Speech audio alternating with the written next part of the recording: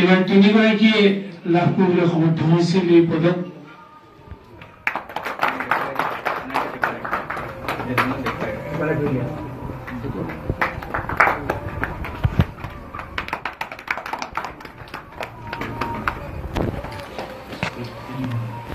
আপোনালোকৰ নিশ্চয় সকলোৱে বিদিত আমাৰ যিকোনো অনুষ্ঠানৰ হাত ধৰোতা ব্যক্তিগৰাকী হ'ল তুলসী দাস। জানি লাও যিমানে ডাঙৰ ডাঙৰ নহওক পাতৰ তল তেওঁ ইমান ডাঙৰ ডাঙৰ মুঠা ফুটা কামবিলাক কৰি আছে।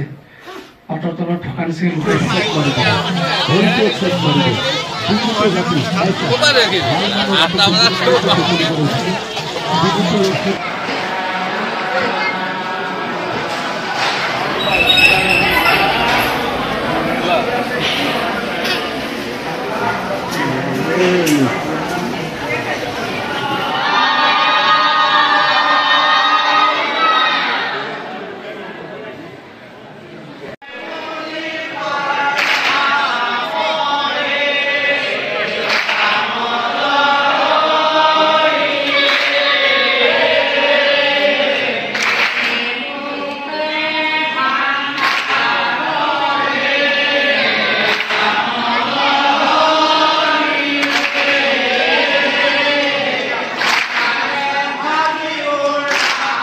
এইবাৰ পাল্লামত ভক্তগণ ৰাইজৰ যিটো উপস্থিতিৰ সংখ্যা আমি দেখিলোঁ অভূতপূৰ্ব অভিলেখ।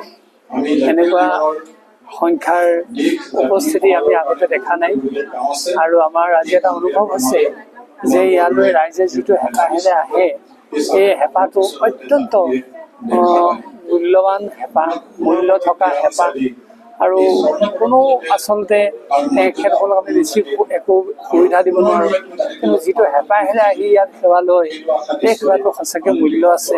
আৰু আমি ভাবোঁ তেখেতসকলে এই আধ্যাত্মিক ভাৱটো অনবৰতে যদি সঞ্চাৰিত হৈ থাকে ঘৰত, গাঁৱত, নগৰত, চহৰত, ইয়াত যদি প্ৰতিফলন ঘটে আমাৰ সমাজখনত অসূয়া অপ্ৰীতিবোৰ নাইকিয়া হৈ যাব।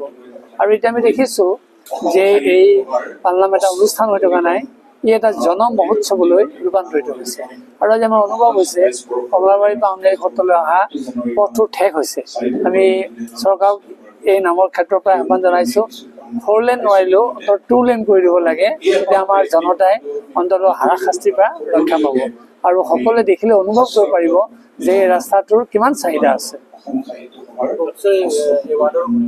হয়, আজি স্বৰ্ণ পদক আমি দিলোঁ। গোলাঘাটৰ এইজন ছাত্ৰই এইটো পাবলৈ সমৰ্থ হৈছে আৰু তেওঁৰ পিতৃ মাতৃও অনুৰূপ তেওঁক সঁহাৰি জনোৱাৰ কাৰণে এইটো সম্ভৱ হৈছে। তেওঁতো ত্যাগ আছে, কষ্ট আছেই আৰু তেওঁ আচলতে এখন খেল 100 পাইছে, আগতো পাইছে, কিন্তু এই ধাৰাবাহিকতাটো যে তেওঁ ৰক্ষা কৰিছে সেইকাৰণে আমাৰ মনটো বৰ বেছি ভাল লাগিছে আৰু আমি বৰ আনন্দ অনুভৱ কৰিছোঁ।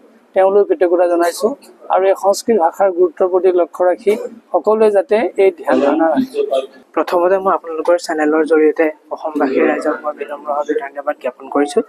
দ্বিতীয়তে মোক এই বঁটা প্ৰদান কৰাৰ বাবে শ্ৰী শ্ৰী আউনীআটী সত্ৰৰ সত্ৰাধিকাৰ মহাপ্ৰভুকে প্ৰমুখ্য কৰি উদযাপক সমিতিক মই ধন্যবাদ জ্ঞাপন কৰিছোঁ।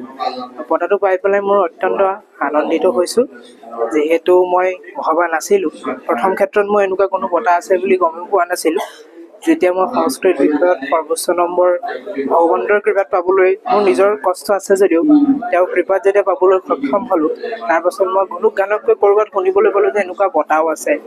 তাৰপাছত মোৰ দেৱালীৰ দিনাখন, দীপান্বিতাৰ দিনাখন মোক সত্ৰৰ পৰা মোক নিমন্ত্ৰণ জনাইছিলে। ইয়াৰ বাবে মই যথেষ্ট আনন্দিত হৈছোঁ এই বঁটা প্ৰদান কৰাৰ কাৰণে।